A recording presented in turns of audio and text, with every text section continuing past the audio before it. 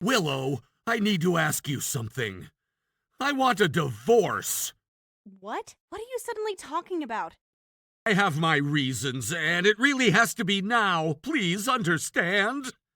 No, I don't understand at all. Are you kidding me? Listen, we've been trying to conceive for a while now. It's only been 2 months. Yeah, but I heard other people managed to get pregnant in just a month, so I started thinking maybe this isn't gonna work for us. There are individual differences, you know. Taking other people's experiences as a standard isn't realistic. Stop trying to dodge the issue. What? You're infertile, aren't you? That's why we can't have a kid. I've always said I wanted children, so why didn't you tell me? It's practically fraud.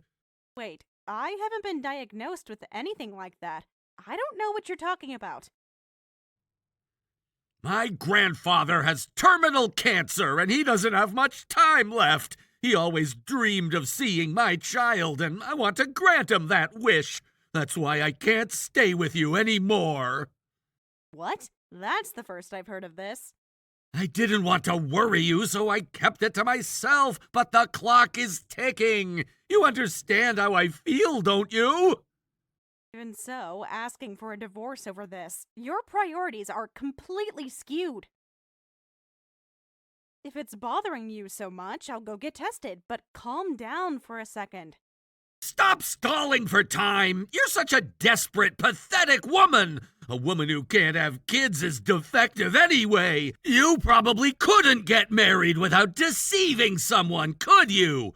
Stop clinging to your status as my wife! It's disgusting! I don't need trash like you in my life anymore!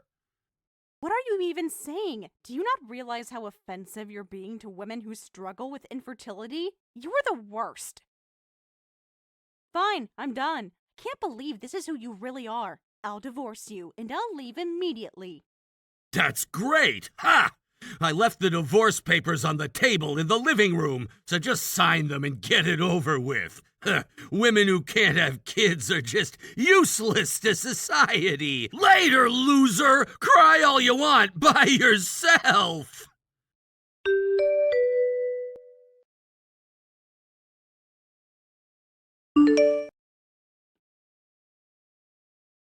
Willow, I heard from my brother that you two got divorced. Is that true? What happened?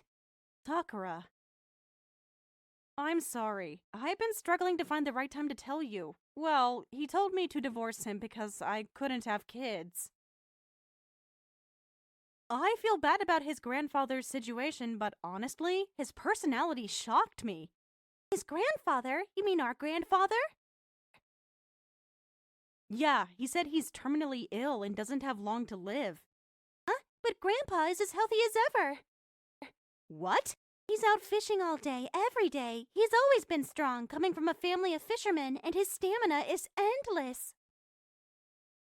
And as for our other grandfather, he passed away several years ago. Who is he even talking about?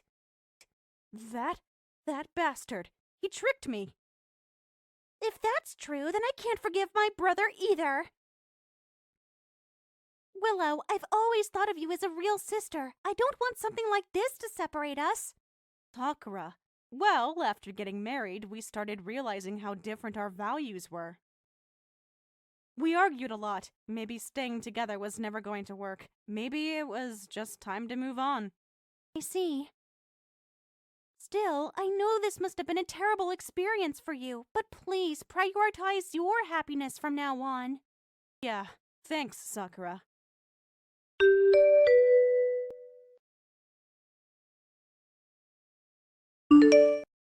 Hey, how's it going? What now? The one time you decide to reach out, it's for this? I should have blocked you. Wow, still so hung up on me, huh?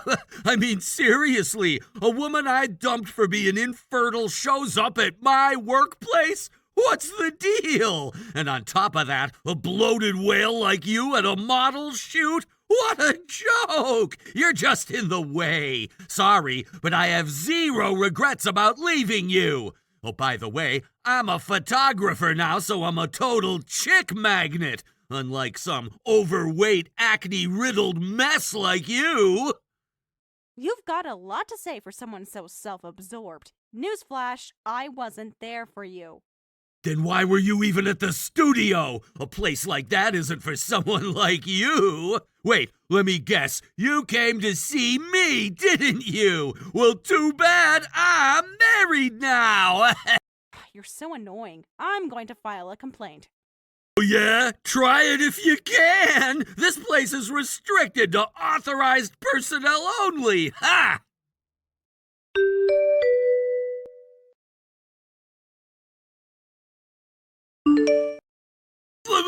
What? Why is the CEO of a major company here?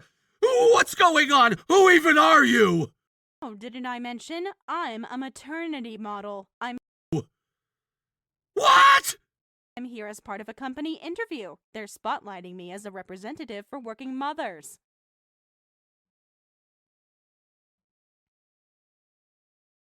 I wanted to showcase how the company supports shorter working hours during pregnancy and even after maternity leave. They chose me because I used those benefits. Oh, and by the way, mistaking a pregnant woman for just being overweight? You should get your eyes checked. Sure, I've gained weight and my skin isn't as clear as it used to be, but you know, pregnancy will do that. No, this has to be some kind of mistake. You're infertile. You couldn't have kids, right? That's just something you convinced yourself of. After we got divorced, I went and got tested. Turns out, I didn't have any problems at all. Like I said back then, there are individual differences. For all you know, you might have been the issue. Why would it be me? It's just a possibility. Infertility affects men too, you know. Ever heard of that? Well, no. None of my guy friends ever mentioned it. Besides, my wife just had our baby recently, so it's definitely not me. It had to be you. Not my concern. My best friend said infertility is almost always the woman's fault. So there, that proves it. And once again, you're blindly relying on other people's opinions. Stop making everything someone else's problem. You're so damn annoying. Whatever. I don't care anymore. I divorced you, married someone I actually wanted, and I'm good now. Excuse me? So what you're saying is that you were cheating on me, and that's why you wanted a divorce? That's right. And I knew if you found out about the affair, you'd come after me for alimony. So I conveniently used your so-called infertility as an excuse to break things off. Ha! Wow, that was already a pretty pathetic excuse, but okay. First, I figured I'd keep stringing you along to handle the housework while I had fun on the side. But man, you were such a drag to be around. I just thought, screw it. You know, looking back, I was stupid for rushing into the divorce without putting up more of a fight. But then again, it worked out for the best. After I left you, I changed jobs and met my current husband. We didn't have any trouble having a baby, and now I'm genuinely happy. In that sense, I guess I should thank you.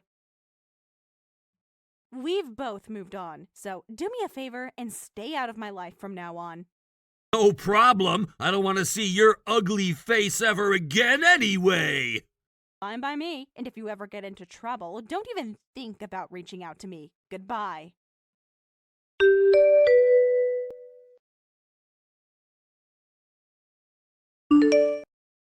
Baxter, what is the meaning of this? Sakura? I heard from the CEO. You managed to anger the CEO of the company you were working with today for the shoot. Care to explain? So word already made its way to you, huh? Of course it did. Do you know why you were able to get hired as a photographer at such a reputable company despite your lack of experience and sales ability? It was thanks to me, my connections. Well, yeah, but... No but. It's because I spent years working in publishing, expanding my network, and proving myself. I vouched for you, using the trust I built up over time to get you a job at my acquaintance's studio. Have you forgotten that?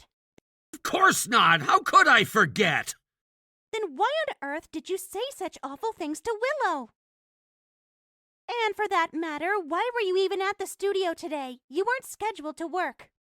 Well, that's because... Look, I have a lot of things I want to ask you, but let's start with the most important one. What's that? Do you genuinely think it's okay to insult women who can't have children? What? I heard from witnesses that you were mocking her, saying things like, trash like you who can't have kids should just go home. Do you even understand how disgusting that is? Oh, and by the way, Willow isn't infertile. Well, how was I supposed to know that? I thought she was! It's her fault for not saying anything up front. Besides, women are meant to have kids. A woman who can't have children has no value, don't you think? Baxter, do you remember that I had endometriosis when I was in middle school? Yeah, you used to have really bad cramps during your period, but you said it got better, right? Because of that, I'm infertile. What? I've known since I was a teenager that I wouldn't be able to have children. A doctor told me so. I didn't know that! You never told me! Of course I didn't! Do you think that's an easy thing to share? The only people I told were Mom and Willow. You? Yes, and do you know what she said to me when I confided in her? She said, that's a really painful thing to deal with, but it's nothing to be ashamed of. One day you'll meet someone who loves you for who you are. Don't lose confidence in yourself. She comforted me in a way I'll never forget. I didn't know any of this!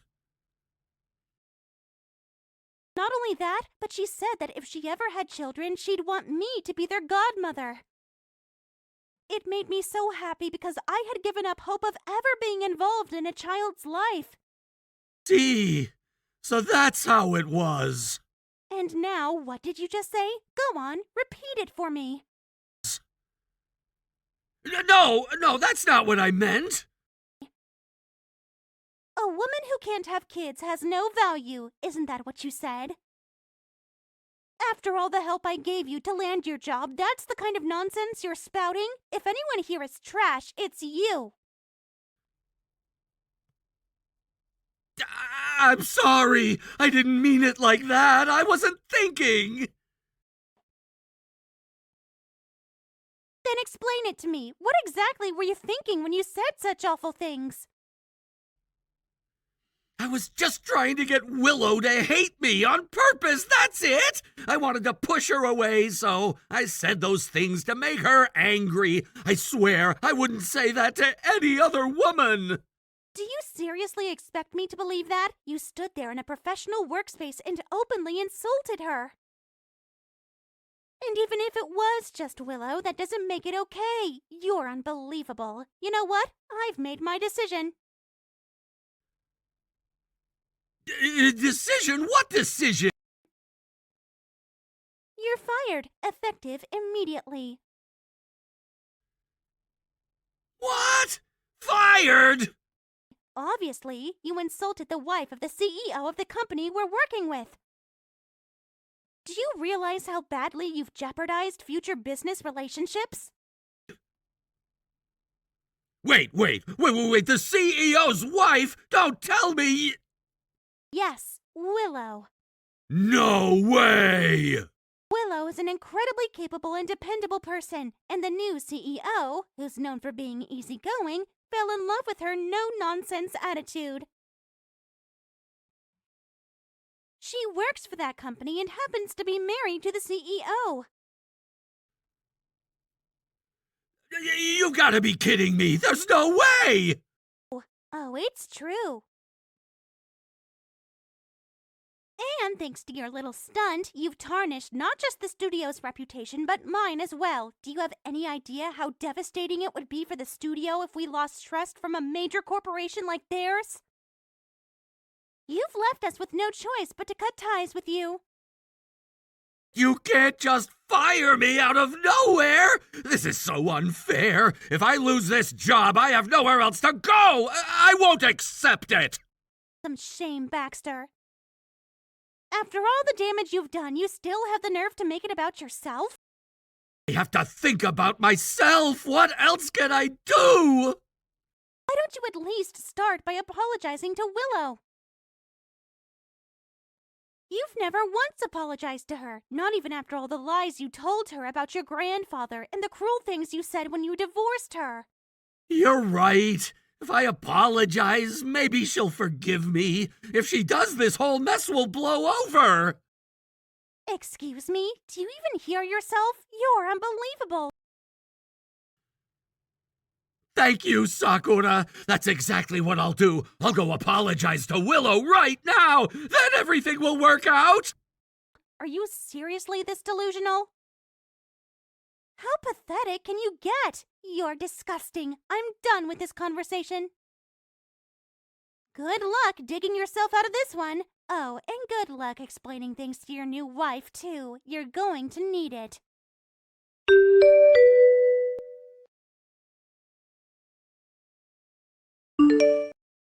Willow, I need to ask you for something. Didn't I make it clear last time? Don't contact me anymore. I want us to get back together. Excuse me? Are you serious? You're trying to win over a married woman while being a father yourself? What kind of twisted logic is that? Do you even have a shred of morality left? Woman, I mean, my so-called wife isn't anything to me anymore. Damn it, this is all messed up. Oh, I see. So, something happened. Care to explain? She was pregnant with another man's child. When we did the DNA test, it came back clear as day. It's not mine. It's someone else's kid. The results came in just last night. Wait. So let me get this straight. You're telling me the woman you cheated on me with was cheating on you? Oh my god, this is hilarious. You ended up being just another one of her flings? Honestly, the stupidity here is mind-blowing. Did neither of you ever think with your brains instead of, well, you know? But tell me this, why did you even do a DNA test in the first place? Was there something specific that tipped you off? Well, it's just that the baby didn't look, white enough when it was born. The more time passed, the more suspicious it got. So I figured I should confirm things just in case. Oh my god, are you kidding me? A foreigner? So even from the start, it was obvious. That's rich. This whole situation is absurd. I'm being serious here. Do you think this is easy for me?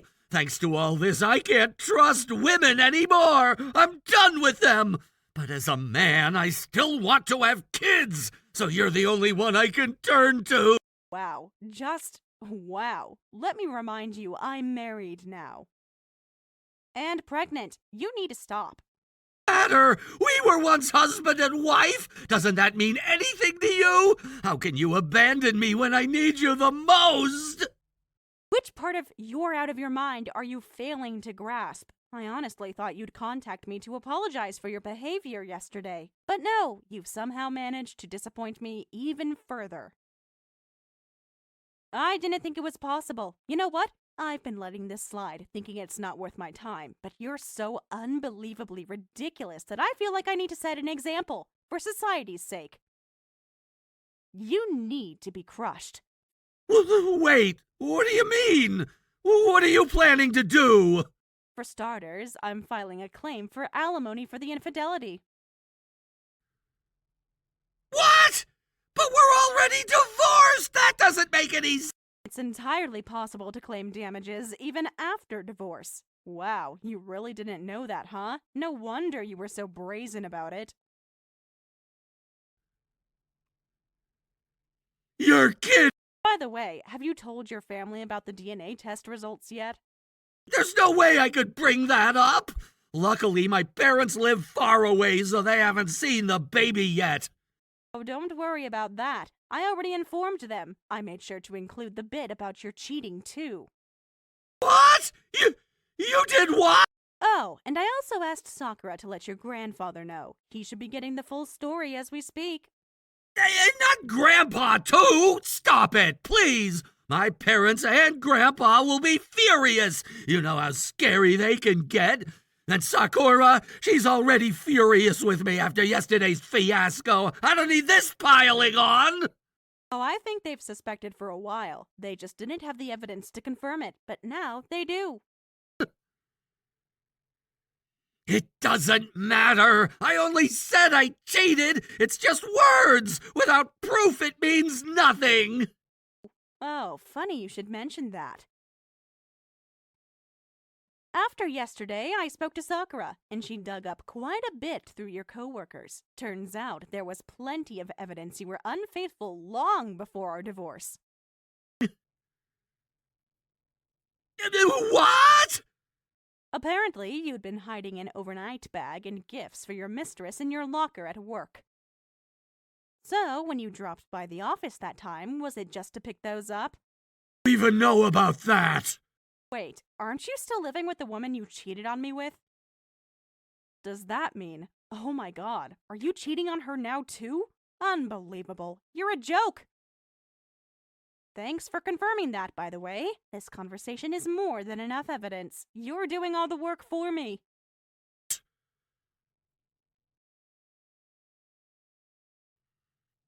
Damn it! This is all your fault! My entire life is falling apart because of you! No, the only thing that's truly fallen apart is your brain. Let me break it down for you. You left me so you could marry the woman you were cheating with. Then she went and had another man's baby. Meanwhile, you were cheating on her with someone else. This is like a soap opera from hell. And now you think I'd take you back? Really? What was I supposed to do? Tell me, what can I do to fix this mess? I'm gonna lose my job, my family, everything. You're the only one who can save me now. You have to help me. Not my problem. I'm not your savior. I'll apologize for everything, okay? I was wrong. I'll change. I'll treat you like you deserve. Please, you're the only one for me. Are you for real? You seriously think I'd pick up the trash you've become? Get lost, you pathetic excuse for a man. What? I don't ever want to see your face again. Oh, and just so you know, I'm forwarding this entire conversation to my boss. Remember my husband? Yeah, he'll be seeing this. Don't count on having a job tomorrow. Wait! No! Please don't do this! Go ahead and cry all you want. Oh, and consider yourself blocked. Bye-bye. Make sure to enjoy your loneliness.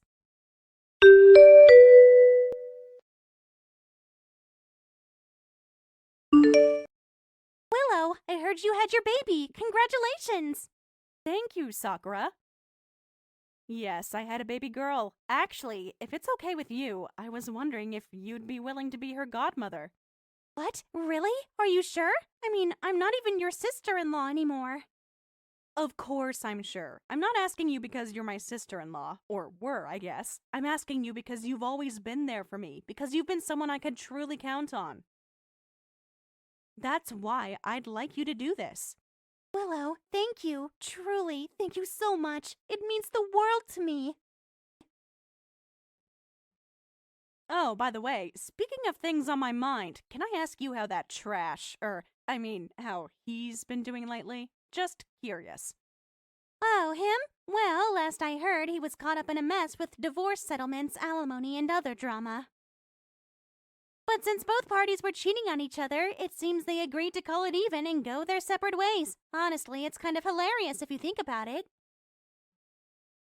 And apparently, he got a little paranoid about things recently. He decided to go for some tests. Turns out, he's infertile. Can you believe it? After all that mockery and arrogance from him? Oh, wow. I don't even know what to say to that. Karma, in my opinion. Pure and simple. Honestly, though, I think it's for the best. If those genes were passed on, it'd probably just lead to more trouble down the line. Better that they don't continue, right?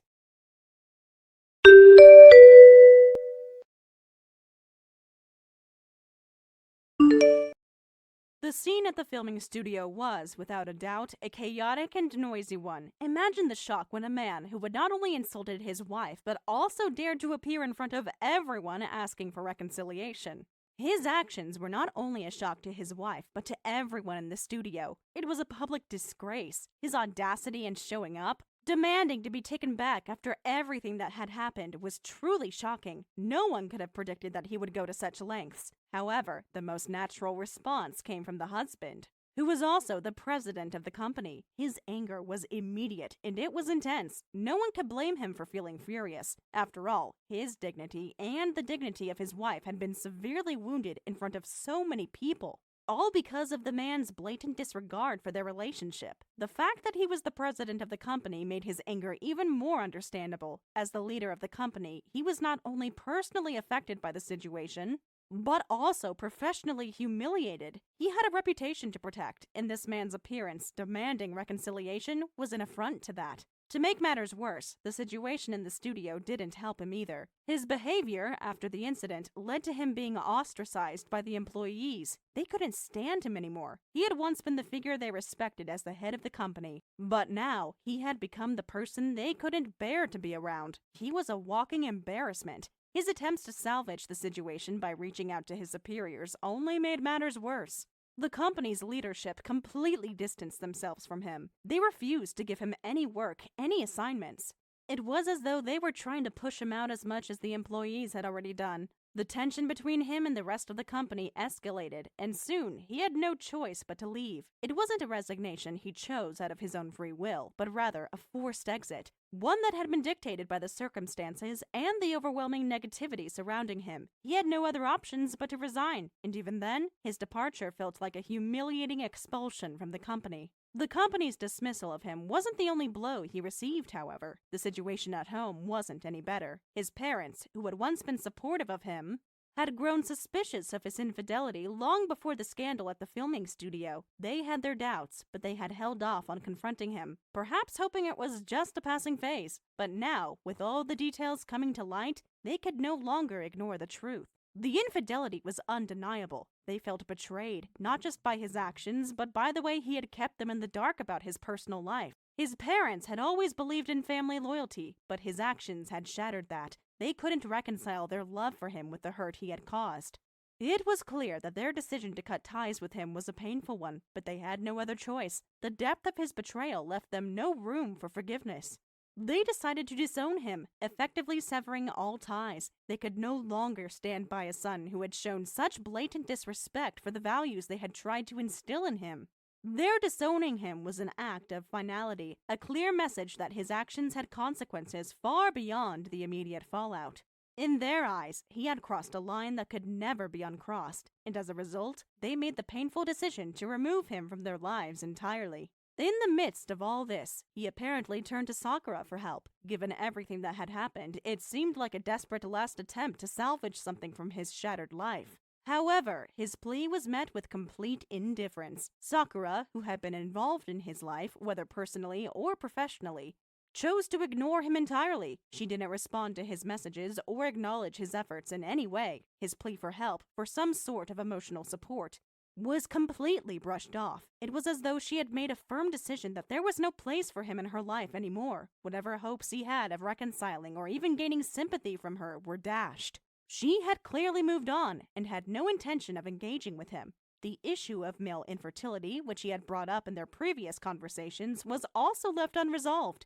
He had been the one to mention it, but Sakura never replied. It was one of those topics he probably hoped would elicit some kind of sympathy or understanding, but instead, it was met with a cold silence.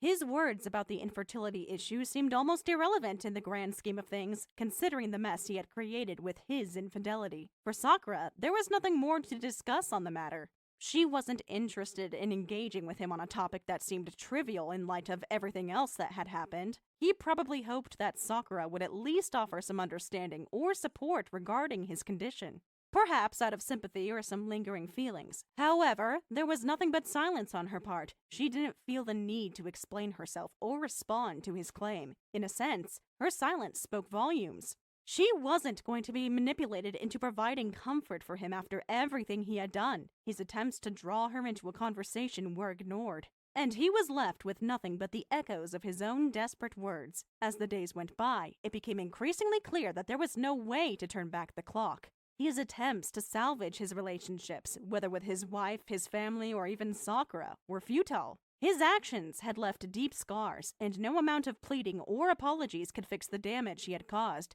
His infidelity had fractured the trust and respect of everyone around him, and the fallout from his behavior was widespread. There was no coming back from the betrayal. The damage was too extensive. It wasn't just the scandal at the studio or the breaking of family ties that caused the irreparable rift. It was the cumulative effect of his actions over time. The lies, the deceit, and the manipulation had all added up to this point, and there was no way to undo what had been done. There was, however, one person who had not severed ties with him, his grandfather. Unlike the rest of the family, who had distanced themselves completely from him after everything that had happened, his grandfather refused to give up on him. He was the only one who, despite the betrayal, chose to keep him close, but how he did so was rather unusual. Rather than offering any form of emotional comfort or support, his grandfather took a different approach. Under the guise of monitoring him, his grandfather brought him in, almost like a ward, and took him aboard his fishing boat every day. This was no ordinary fishing trip either. It was a rather grueling and demanding routine, as his grandfather was involved in the tuna fishing industry, which could be incredibly labor-intensive. It seemed that the grandfather, despite his advanced age, was still working hard every day. From what I heard, he was still out there fishing for tuna, a task that required a great deal of physical effort. What struck everyone, though, was that his grandfather was no young man. In fact, he was well past 90 years old, an age that most would associate with slowing down and perhaps even retiring from such hard labor. But instead, he continued to work, and not only that, he seemed to be using the fishing trips as a way to keep a close eye on his grandson, the man who had fallen so far from grace. It's hard to imagine how this old man could keep up with such physically demanding work at his age, but there he was, showing no signs of slowing down. It makes you wonder just who this grandfather really is, doesn't it? How could a man of his age still maintain such an active role in the fishing industry, especially when his grandson, the one he was now watching over, had gotten himself into such a mess? Was it just the need to stay active, or was there something more to his actions? Perhaps the grandfather believed that by keeping his grandson close, he could teach him some sort of lesson, or at least give him a sense of purpose through hard work. Maybe, despite everything, he still held on to some hope that his grandson could be redeemed in some way, or at the very least, learn some responsibility from the tough life he was being subjected to on the boat. When I think about it, I can't help but wonder what kind of person his grandfather really is. It's almost surreal to think about. This man, at such an advanced age, still working on the boat every day, doing the kind of hard labor that most people would be too tired to even think about. He seemed to be a relic of a bygone era, a man who had lived through so much and yet was still pushing forward, unwilling to retire or rest. It's almost as though his whole identity was tied to his work, and he was determined to continue working as long as he could, no matter how old he got. But what struck me even more was the fact that his grandfather, despite everything that had happened with his grandson, had not given up on him. He had not cast him aside like the rest of the family had. Instead, he had taken him in under the pretense of monitoring him. It was as if his grandfather believed that the only way for his grandson to learn something valuable was through this brutal daily routine. It wasn't a comforting or easy environment. Rather, it was harsh and demanding, a far cry from the usual cushy life he had once known. Yet somehow, his grandfather seemed to think that this tough love approach would somehow help him turn things around. It was almost as if he believed that the physical toll of working on the boat would teach his grandson the importance of hard work and the value of persistence. In the midst of all this, I recall hearing something particularly shocking. It seems that the grandfather, despite his advanced age, had been diagnosed with terminal cancer. It was difficult to comprehend, especially considering how active and vital he seemed to be despite his illness. The idea of a man so old, dealing with such a severe condition, yet still pushing himself to work every day was almost unbelievable. I couldn't help but think that this was something he had probably kept to himself for a long time, not wanting anyone to feel sorry for him. Maybe he didn't want anyone to know about his illness. Perhaps because he didn't want to appear weak in front of his grandson or anyone else. It was as if he was trying to show that even in the face of his own mortality, he could still stand tall and continue working. But then, I started to wonder if the whole terminal cancer story was even true. Could it have been a lie, perhaps concocted by the grandfather himself to explain his actions? To explain why he was still so active and why he insisted on keeping his grandson close? Could he have been using this as an excuse to justify the demanding lifestyle he had imposed on his grandson? To make it seem like he was doing it out of some sense of urgency because of his health condition? The more I thought about it, the more I realized that it was hard to say for sure. But one thing was clear. The grandfather's actions were not just about keeping his grandson occupied. There seemed to be a deeper reason behind them, one that was rooted in his own sense of responsibility, or perhaps even guilt, over his grandson's situation. I couldn't help but feel a strange sense of amusement when I thought about it. Here was this elderly man, still working hard every day, keeping an eye on his grandson, all the while possibly dealing with a serious illness that most people his age would be too frail to even handle. And yet, despite everything, there was something almost absurd about the whole situation. The fact that he had managed to carry on as if nothing had changed, continuing his work despite his condition, and the way he had brought his grandson into this world of hard labor.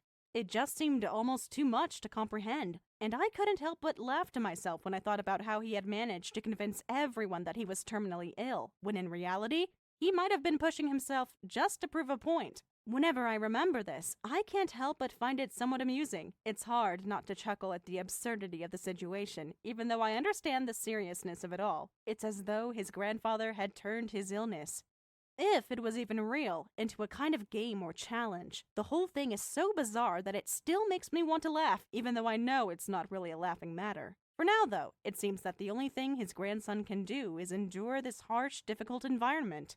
Despite everything, it looks like he's pushing through, trying to survive in a situation that's as far from his comfortable life as possible. Whether this tough love approach will help him in the long run remains to be seen, but it's clear that his grandfather is determined to keep him under watch, making sure he doesn't stray too far from the path he's trying to teach him. Thank you for watching and listening. We hope you enjoyed the video. Don't forget to like this video and subscribe. Also, feel free to leave a comment about what you thought of the story. We look forward to seeing you at the next story.